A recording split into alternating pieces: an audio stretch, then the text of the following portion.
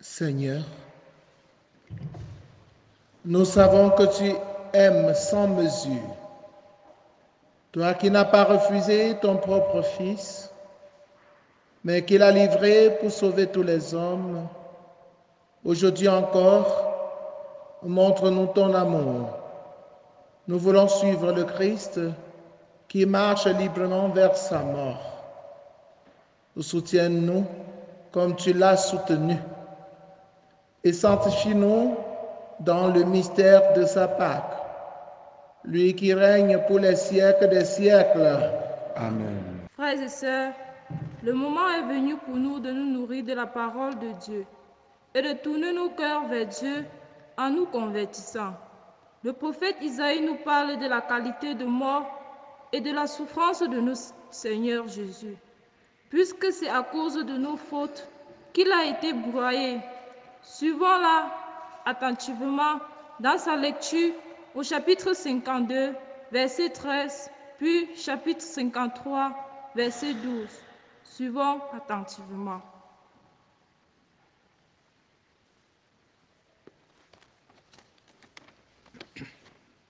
Je pense que fage fa goso ayin igoso kyorodze bugoso ramte la yui ne yakfi nakala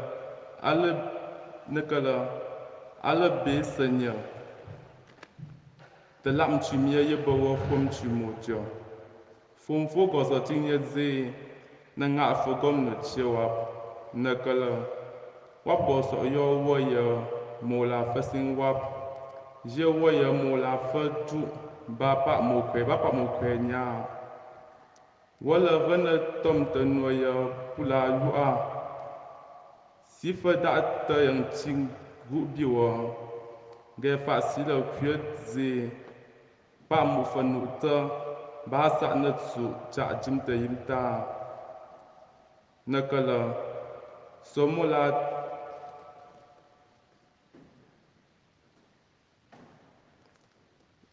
nakala somo la te la te bang ni ba pon wok papa ala ba pu woki bin gwa e bi yogo te fe mu bin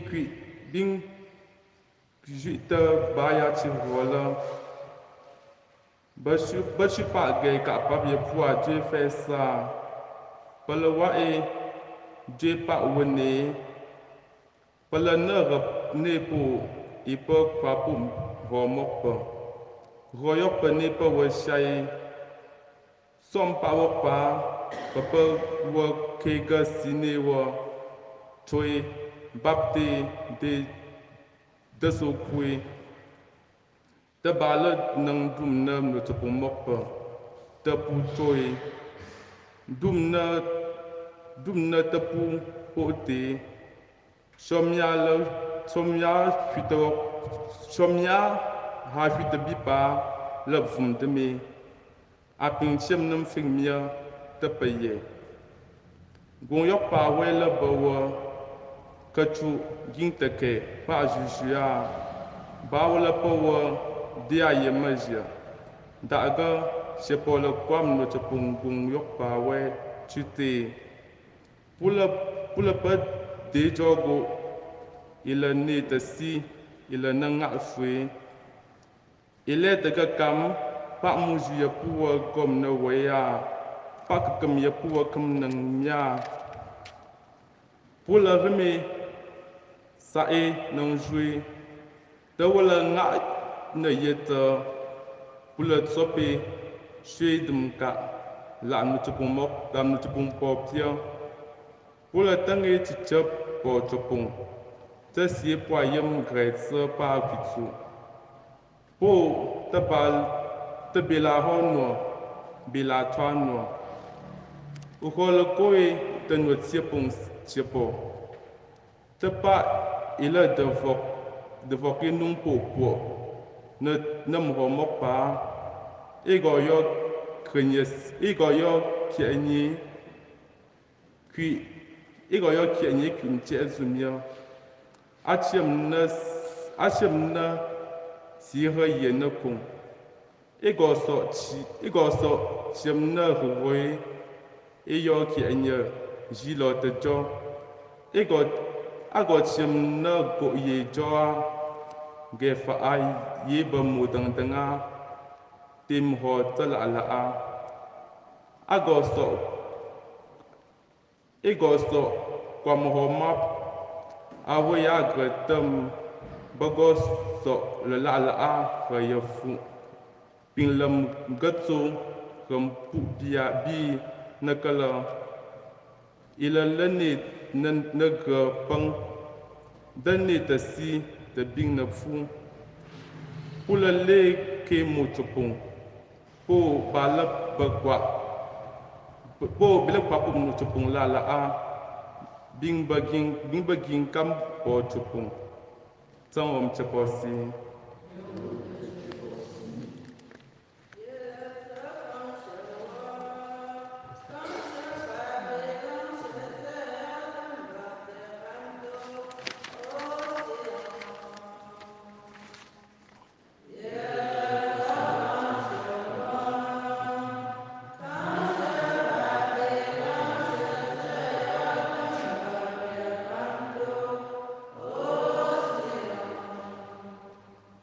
En toi, Seigneur, j'ai mon refuge. Garde-moi d'être humilié pour toujours. En tes mains, je remets mon esprit. Tu me rachètes, Seigneur, Dieu de vérité.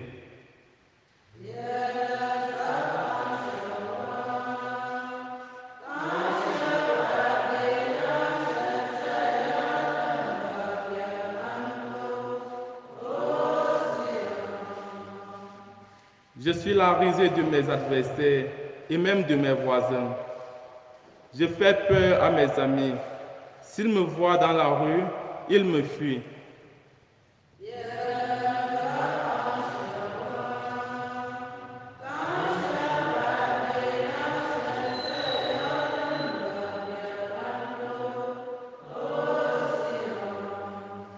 On m'ignore comme un mort oublié, comme une chose qu'on jette.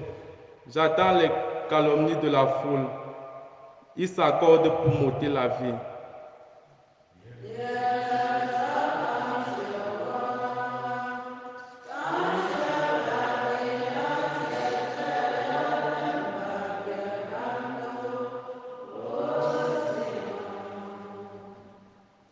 Moi, je suis sûr de toi, Seigneur. Je dis, tu es mon Dieu. Mes jours sont dans tes mains. Délivre-moi des mains hostiles qui s'acharnent.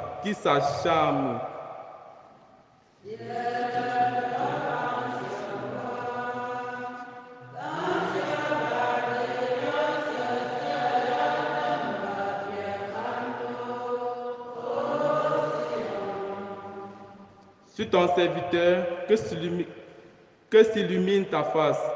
Sauve-moi par ton amour. Soyez forts, prenez courage, vous tous qui espérez le Seigneur.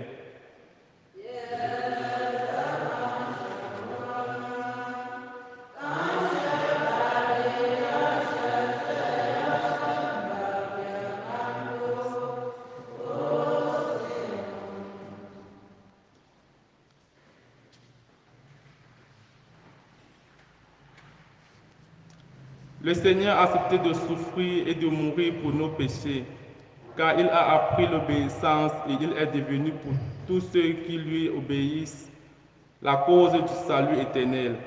Tel est ce qui ressort de la lettre aux Hébreux, au chapitre 4, versets 14 à 16 et versets 14 à 16, suivant attentivement.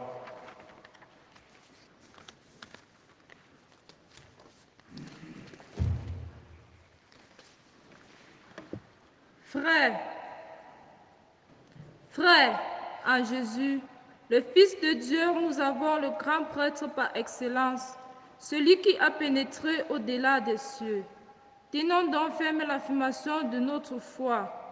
En effet, le grand prêtre que nous avons n'est pas incapable, lui, de partager nos faiblesses en toutes choses. Il a connu l'épreuve comme nous et il n'a pas péché. Avançons-nous donc avec pleine assurance vers le Dieu Tout-Puissant qui fait grâce pour obtenir miséricorde et recevoir en temps voulu la grâce de son secours. Le Christ, pendant les jours de sa vie mortelle, a présenté avec un grand cri et dans les larmes sa prière et sa supplication à Dieu qui pouvait le sauver de la mort, et parce qu'il s'est soumis à tout, il a été exaucé, bien qu'il soit le Fils. Il a pourtant appris l'obéissance par les souffrances de sa passion, et ainsi conduit à sa perfection. Il est devenu pour tous ceux qui lui obéissent la cause du salut éternel. Parole du Seigneur.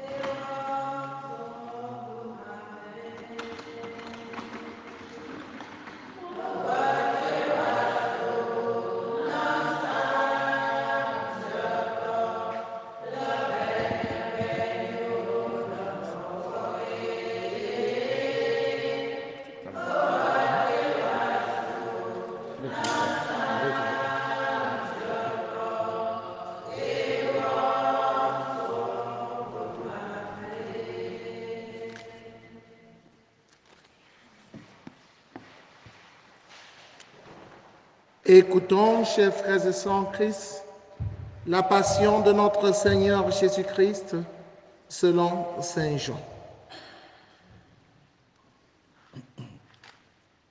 Après le repas, Jésus sortit avec ses disciples et traversa le torrent du Cédron. Il y avait là un jardin dans lequel il entra avec ses disciples. Judas qui le livrait connaissait l'endroit lui aussi, car Jésus y avait réuni ses disciples. Judas prit donc avec lui un détachement de soldats et des gardes envoyés par les chefs des prêtres et les pharisiens. Il y avait des lanternes, des torches et des armes. Alors Jésus, sachant tout ce qui allait lui arriver, s'avança et leur dit: Qui cherchez-vous? Ils lui répondirent. Yesu de Nazareth. Il leur dit: C'est moi. Judas qui le livrait était au milieu d'eux. Quand Jésus leur répondit: C'est moi, ils reculèrent et tombèrent par terre. Il leur demanda de nouveau: Qui cherchez-vous? Ils dirent. Yesu de Nazareth. Jésus répondit: Je vous l'ai dit, c'est moi. Si c'est bien moi que vous cherchez, cela, laissez-les partir. Ainsi s'accomplissait la parole qui avait été dite: Je n'ai perdu aucun de ceux que tu m'as donnés. Alors Simon-Pierre, qui avait une épée, la tira du fourreau. Il frappa le serviteur du grand prêtre et lui coupa l'oreille droite. Le nom de ce serviteur était Malchus. Jésus dit à Pierre: Remets ton épée au fourreau. Est-ce que je vais refuser la coupe que le Père m'a donnée à boire? Alors les soldats, le commandant et le garde des Juifs et les gardes des Juifs se saisirent de Jésus et l'enchaînèrent. Ils l'amenèrent d'abord chez Anne, beau-père de Caïphe, le grand prêtre de cette année-là. C'est Caïphe qui avait donné aux Juifs cet avis: il vaut mieux qu'un seul homme meure pour tout le peuple. Simon-Pierre et un autre disciple suivaient Jésus. Comme ses disciples étaient connus du grand prêtre, il entra avec Jésus dans la cour de la maison du grand prêtre, mais Pierre était resté dehors près de la porte. Alors l'autre disciple, celui qui était connu du grand prêtre, sortit, dit un mot à la jeune servante qui gardait la porte et fit entrer Pierre. La servante dit alors à Pierre: N'es-tu pas toi aussi un des disciples de cet homme-là? Et il répondit, Non, je n'en suis pas. les serviteurs et les gardes étaient là. Comme il faisait froid, ils avaient allumé un feu pour se réchauffer. Pierre était avec eux et se chauffait lui aussi. Or, le grand prêtre questionnait Jésus sur ses disciples et sur sa doctrine. Jésus lui répondit, J'ai parlé au monde ouvertement, j'ai toujours enseigné dans les synagogues et dans le temple, là où tous les Juifs se réunissent, et je n'ai jamais parlé en cachette. Pourquoi me questionnes-tu? Ce que j'ai dit, demande-le à ceux qui sont venus m'entendre. Eux savent ce que j'ai dit. à cette réponse, un des gardes qui était à côté de Jésus le gifla, lui donna une gifle en disant, C'est ainsi que tu réponds au grand prêtre. Jésus lui répliqua, Si j'ai mal parlé, montre ce que j'ai dit de mal. Mais si j'ai bien parlé, pourquoi me frappes-tu? Anne renvoya toujours enchaîné au grand prêtre Caïphe. Simon-Pierre était donc en train de se chauffer. On lui dit, N'es-tu pas un de ses N'es-tu pas un de ses disciples, toi aussi?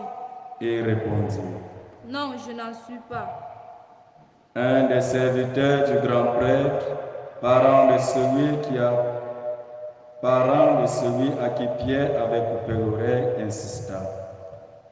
Est-ce que je ne t'ai pas vu moi-même dans le jardin avec lui? Encore une fois, Pierre nia. À l'instant, le coq chanta. Alors on amène. Shaboshishata bubungo Baba Yomo Janga Anga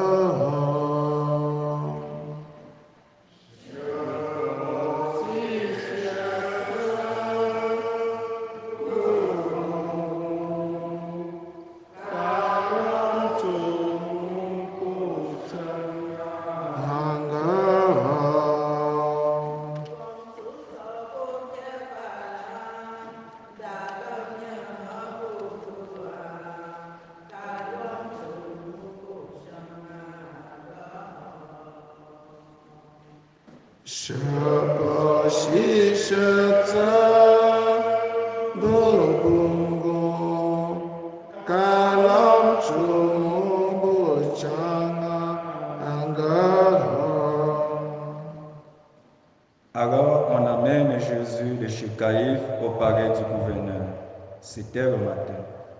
Les Juifs n'entrèrent pas eux-mêmes dans le palais, car ils voulaient éviter une souillure qui les aurait empêchés de manger la noix pascale. Pilate vint au dehors pour leur parler. Il lui répondit, S'il ne s'agissait pas d'un manifestateur, nous ne te l'aurions pas livré. Pilate leur dit, Reprenez-le et vous le jugerez vous-même suivant votre loi. les Juifs lui dirent, Nous n'avons pas le droit de mettre quelqu'un à mort. ainsi s'accomplit la parole que Jésus avait dite pour signifier de quel genre de mort il allait mourir. Alors Pilate rentra dans son palais, appela Jésus et lui dit, Es-tu le roi des Juifs? Jésus lui demanda,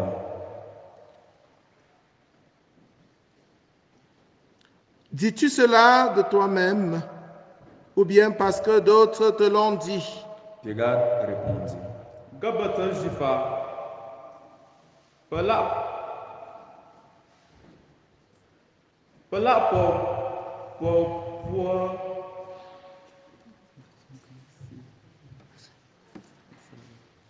Est-ce que je suis juif, moi? Ta nation et les chefs des prêtres t'ont livré à moi. Qu'as-tu donc fait? Jésus déclara, Ma royauté ne vient pas de ce monde.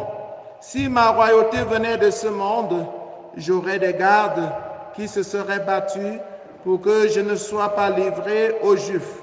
Non, ma royauté ne vient pas d'ici. Pilate lui dit. Alors tu es roi. Jésus répondit. Et c'est toi qui dis que je suis roi. Je suis né. Je suis venu dans le monde pour ceci. Rendre témoignage à la vérité. Tout homme qui appartient à la vérité, écoute ma voix. Pilate lui dit. Qu'est-ce que la vérité? Après cela, il sortit de nouveau pour aller vers les Juifs et leur dit. Moi, je ne trouve en lui aucun motif de condamnation, mais c'est la coutume chez vous que je relâche quelqu'un pour la part. Voulez-vous que je vous relâche le roi des Juifs? Mais il s'est mis à crier. Par lui, Barabbas. Ce Barabbas était un bandit. Alors Pilate ordonna d'amener Jésus pour le flageller. Les soldats tressèrent une couronne avec des épines et la lui mirent sur la tête. Puis ils le revêtirent d'un manteau de pourpre. Ils s'avançaient vers lui et ils disaient, et ils le giflaient. Pilate sortit de nouveau pour dire aux Juifs, Voyez, je vous l'amène dehors pour que vous sachiez que je ne trouve en lui aucun motif de condamnation. Alors Jésus sortit, portant la couronne d'épines et le manteau de pourpre, et Pilate leur dit, Voici l'homme. Quand il le vit, le chef des prêtres et les gardes se mit à crier. Pilate leur dit, Reprenez-le et crucifiez-le vous-même. Moi, je ne trouve en lui aucun motif de condamnation. Les Juifs lui répondirent,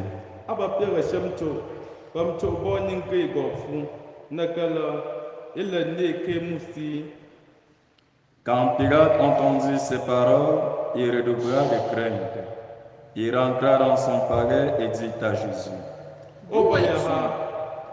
Jésus ne lui fit aucune réponse. Pilate lui dit alors, Tu refuses de me parler à moi. Ne sais-tu pas que j'ai le pouvoir de te relâcher et le pouvoir de te crucifier? Jésus répondit, Tu n'aurais aucun pouvoir sur moi si tu ne l'avais reçu d'en haut. Ainsi, celui qui m'a livré à toi est chargé d'un péché plus grave. Dès lors, Pilate cherchait à le relâcher, mais les Juifs se mirent à crier.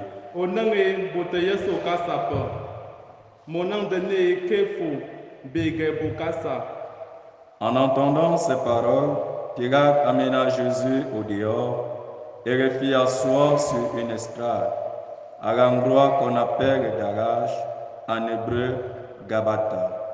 C'était un vendredi, la veille de la Pâque, vers midi. Pilate dit aux Juifs, Voici votre roi. alors ils crièrent. Pilate leur dit, Vais-je crucifier votre roi? les chefs des prêtres répondirent. Alors il livra Jésus pour qu'il soit crucifié, et il se saisit de lui. Jésus, portant lui-même sa croix, sortit en direction du lieu dit le crâne ou calvaire en hébreu Golgotha. Là, ils le crucifièrent et avec lui deux autres, un de chaque côté et Jésus au milieu. Pilate avait rédigé un écriteau qu'il fit placer sur la croix avec cette inscription. Jésus de Nazareth, roi des Juifs.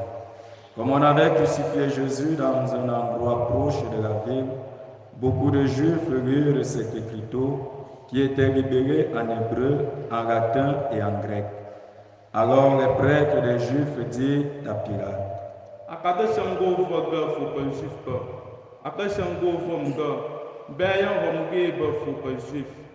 Pilate répondit, Ce que j'ai écrit, je l'ai écrit.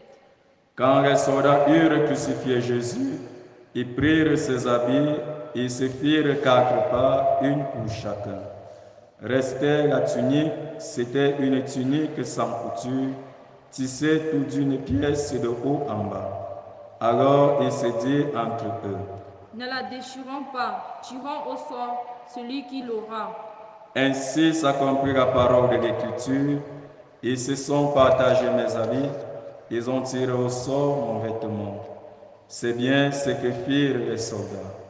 Or, près de la croix de Jésus se tenait sa mère avec la sœur de sa mère, Marie femme de Cléophas et Marie-Madeleine.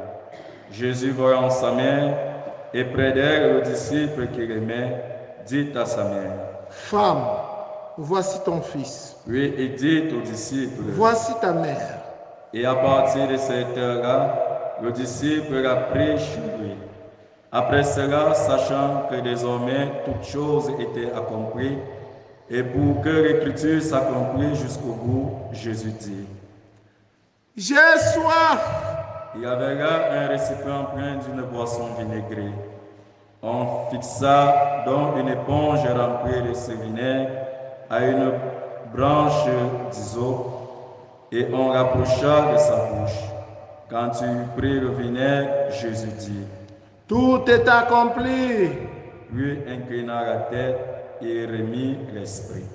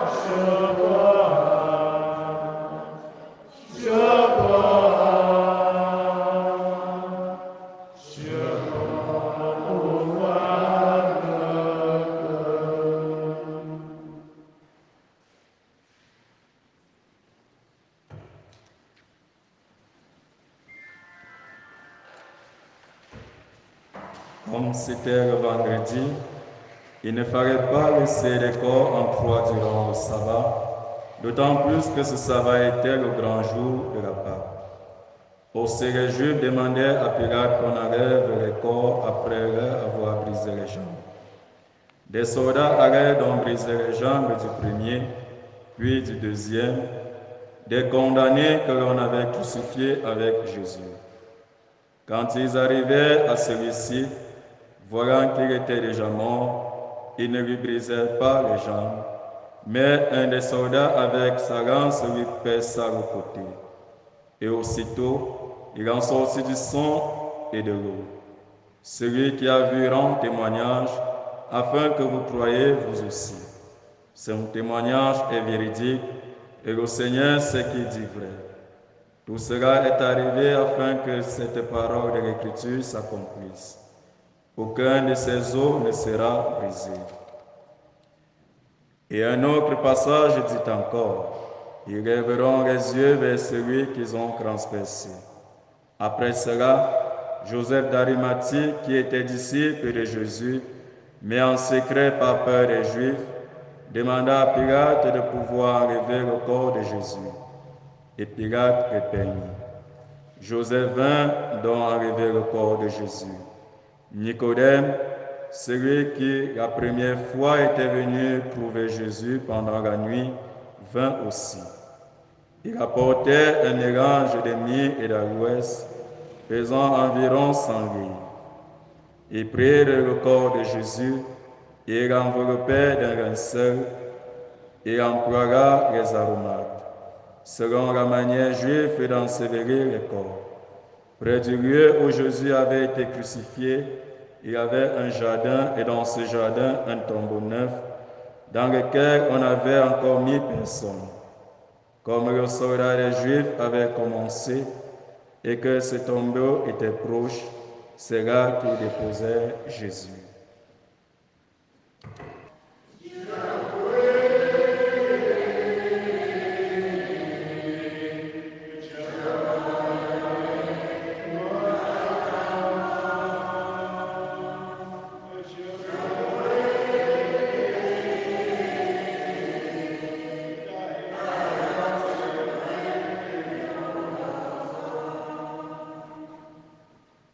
Voilà, c'est le moment du deuil de Jésus, de tout le deuil.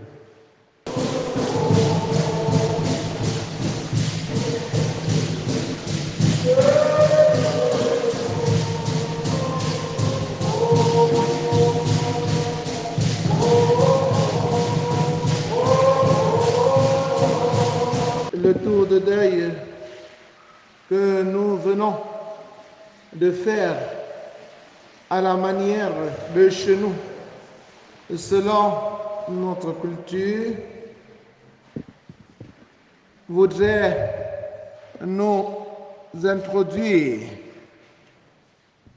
dans l'événement du jour.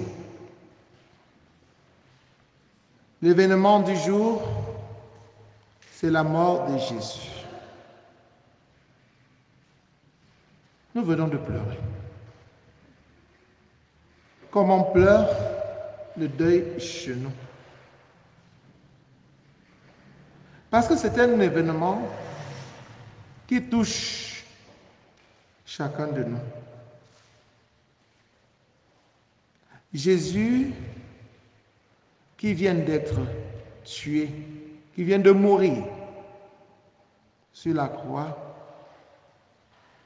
n'a commis pourtant aucun délit, aucun crime.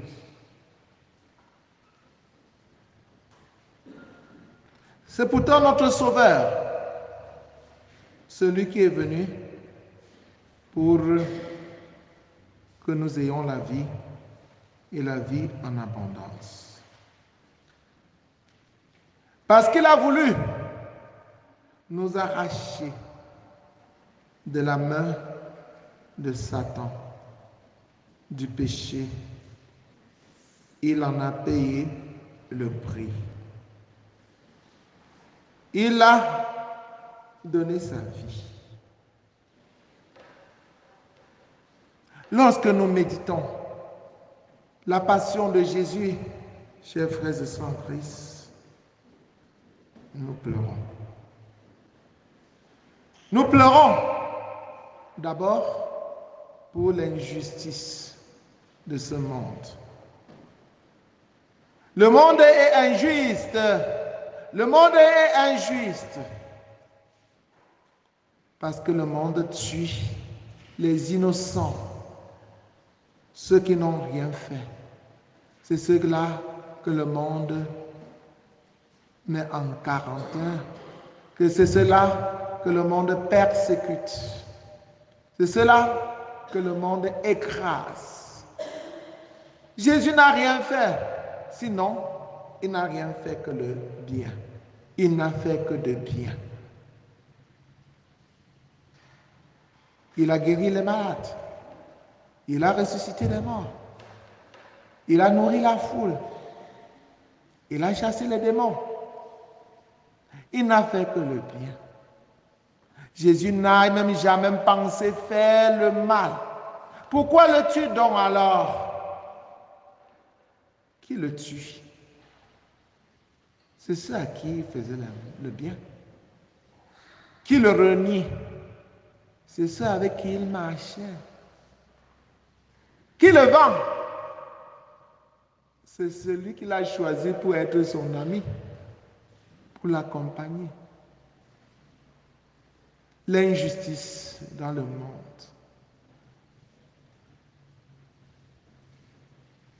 Le monde tue ceux qui vivent dans la droiture.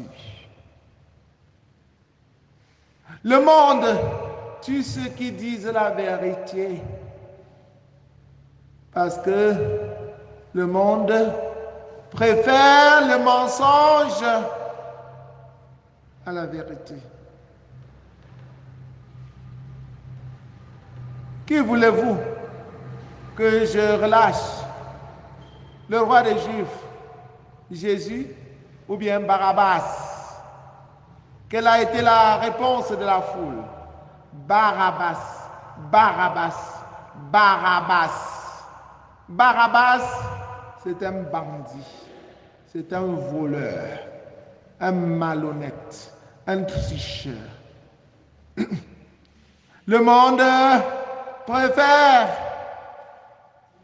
la malhonnêteté à l'honnêteté. Le monde préfère le bandit à l'homme juste. Quelle horreur.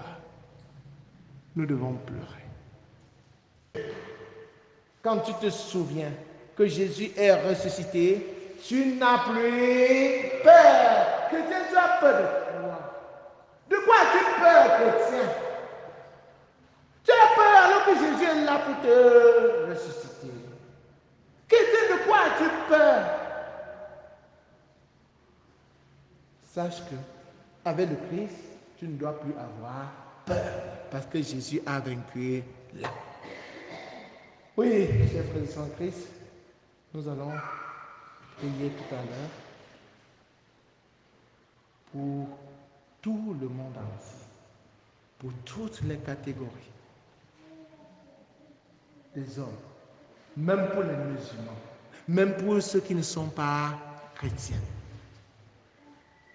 afin que le Seigneur nous ouvre les yeux pour que nous découvrons en profondeur ce Jésus qui a accepté de souffrir pour nous et que nous le suivons. Nous ne serons heureux, nous ne serons bénis. La guerre ne va cesser dans le monde, dans nos familles.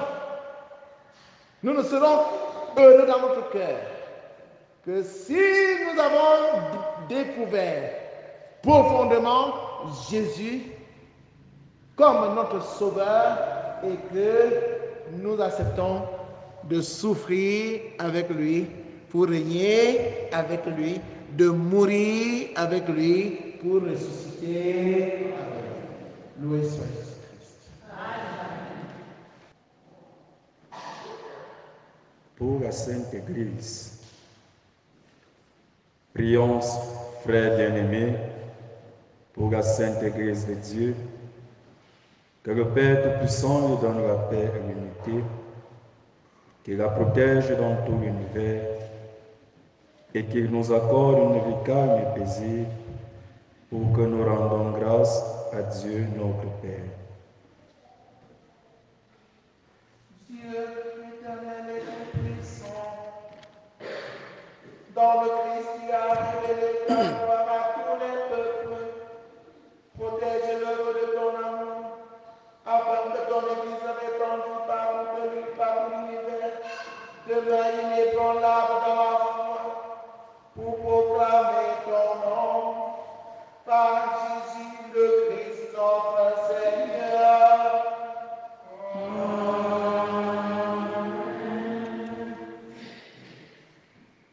Pour le Pape. Prions pour notre Saint-Père, le Pape François, élevé par Dieu, notre Seigneur, à l'ordre épiscopal, qui regarde saint et sauf à son Église pour gouverner le peuple de Dieu.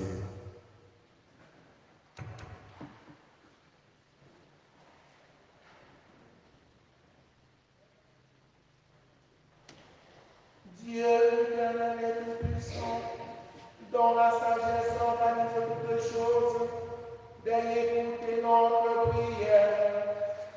Protège avec amour le pape que tu as choisi, le pape François que tu as choisi, afin que sous la conduite de ce pasteur, le peuple chrétien que tu gouvernes progresse toujours dans la foi. Par Jésus le Christ, notre Seigneur.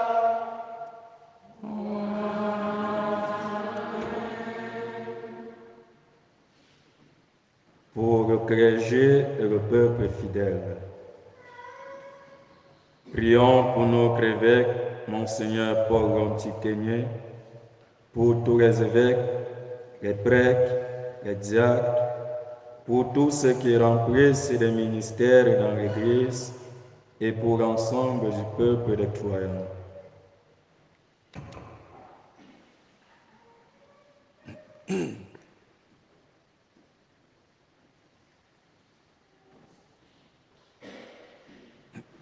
Dieu éternel et tout-puissant, dont l'Esprit sanctifié gouverne le corps entier de l'Église, exauce les prières que nous adressons pour tous les ordres des fidèles qui la composent, que chacun d'eux, par le don de ta grâce, te serve avec fidélité.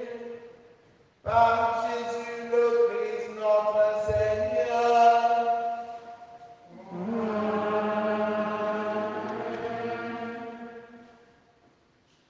Pour les catéchumènes. Prions pour les catéchumènes, que Dieu notre Seigneur ouvre l'intelligence de leur cœur et les accueille dans sa miséricorde, après avoir reçu le pardon de tous les péchés, par le bain de la naissance nouvelle, qu'ils soient incorporés en notre Seigneur Jésus-Christ.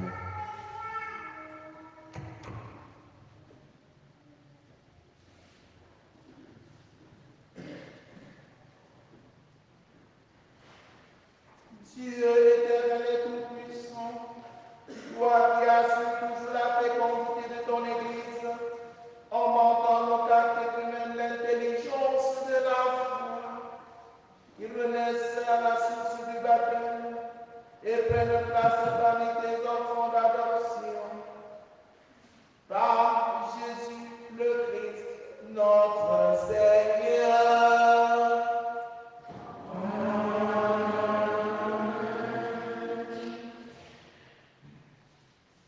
Pour l'unité des chrétiens. Prions pour tous nos frères qui croient en Jésus-Christ et s'efforcent de conformer leur vie à la vérité. Demandons au Seigneur notre Dieu de les rassembler, de les garder dans l'unité de son Église.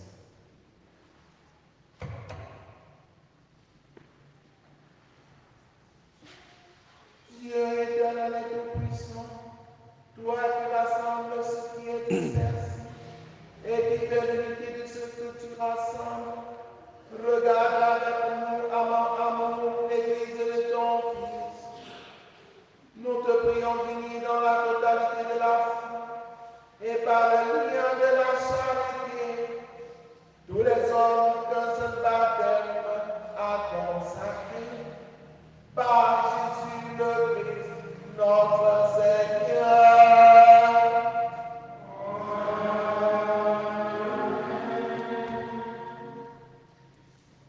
Pour les Juifs. Prions pour les Juifs à qui Dieu a parlé en premier, qui progressent dans l'amour de son nom et la fidélité à son amour.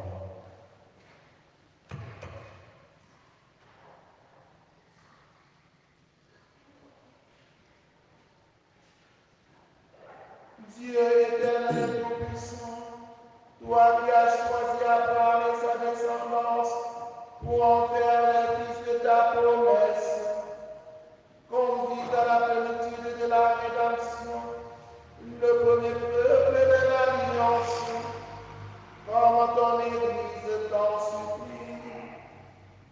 Par Jésus le Christ, notre Seigneur.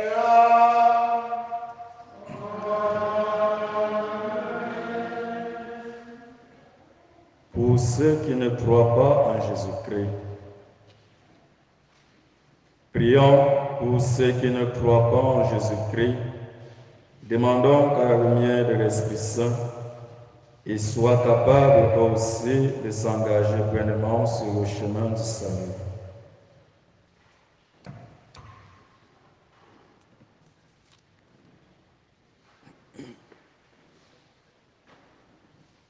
Dieu éternel et tout-puissant, donne à ceux qui ne croient pas au Christ d'aller sous ton regard avec un cœur sincère, afin de parvenir à la connaissance de la vérité, et donne-nous de mieux nous aimer les uns les autres, et d'ouvrir davantage notre vie à la tienne, pour être dans le monde le meilleur témoin de ton amour, par Jésus le Christ notre Seigneur.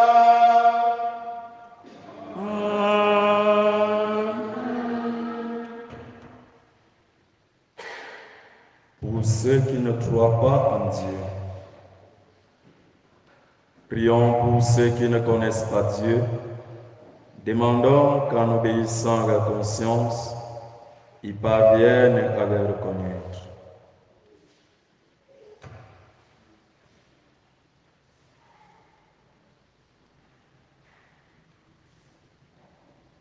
Dieu éternel et tout-puissant, toi qui as créé les hommes, pour qu'ils te cherchent de tout le cœur, et que le cœur s'apaise en te trouvant, fais qu'au milieu des difficultés de ce monde, tous puissent discerner les signes de ta bonté et rencontrer les témoins de ton amour, qu'ils aient le bonheur de te connaître, toi le seul vrai Dieu et le Père de tous les hommes, par Jésus le Christ notre Seigneur.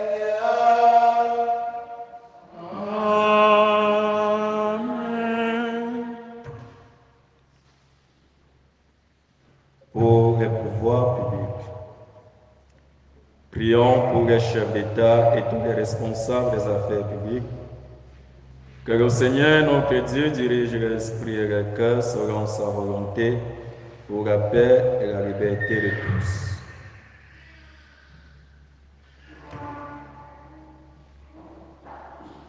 Dieu éternel et tout-puissant, toi qui tiens dans ta main le cœur des hommes et garantis les droits des peuples, viens en aide à ceux qui exercent le pouvoir, que partout sur la terre s'affermisse avec la grâce, la sécurité, la paix, la prospérité des nations et la liberté religieuse.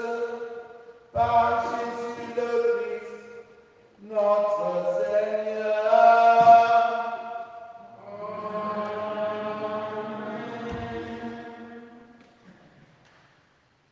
Pour tous les hommes dans l'épreuve, frères bien-aimés, prions Dieu le Père Tout-Puissant d'avoir pitié des hommes dans l'épreuve, qui débarrasse le monde de toute erreur, qui chasse les épidémies et repousse la famine, qui vide les prisons et délivre les captifs, qui protège ceux qui voyagent, qui ramène chez eux les exilés, qui donne la force aux malades et accorde le salut aux mourants.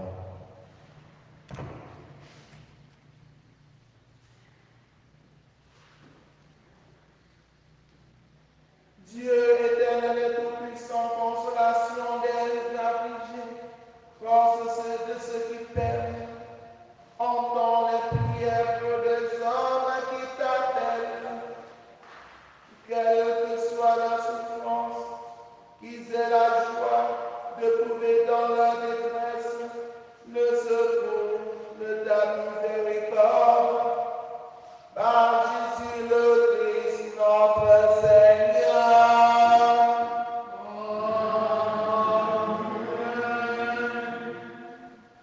Voici le bois de la croix qui a apporté le salut au monde.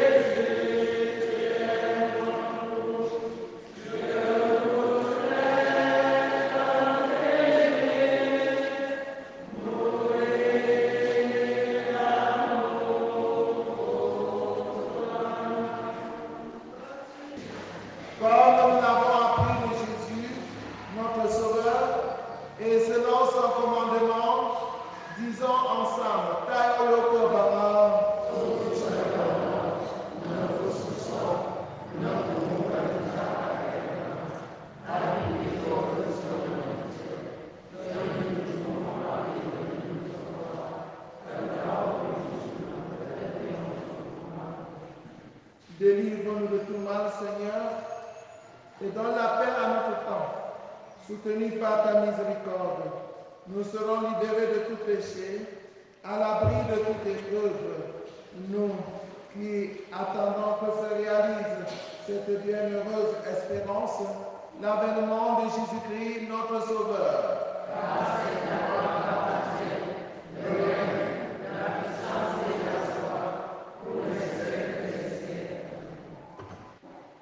Heureux les invités au repas des noces de l'agneau. Voici Jésus, l'agneau de Dieu qui enlève les péchés du monde.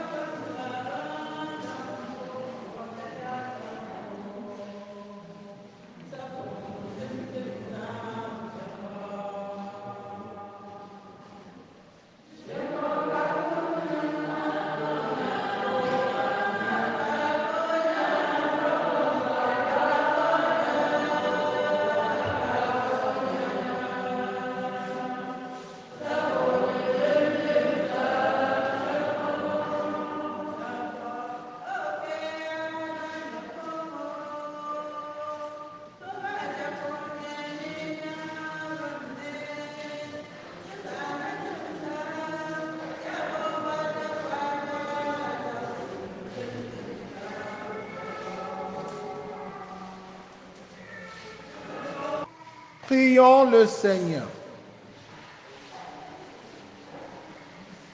Dieu de puissance et de miséricorde, toi qui nous as renouvelés par la mort et la résurrection de ton Christ, entretiens en nous l'œuvre de ton amour, que notre communion à ce mystère consacre notre vie à ton service.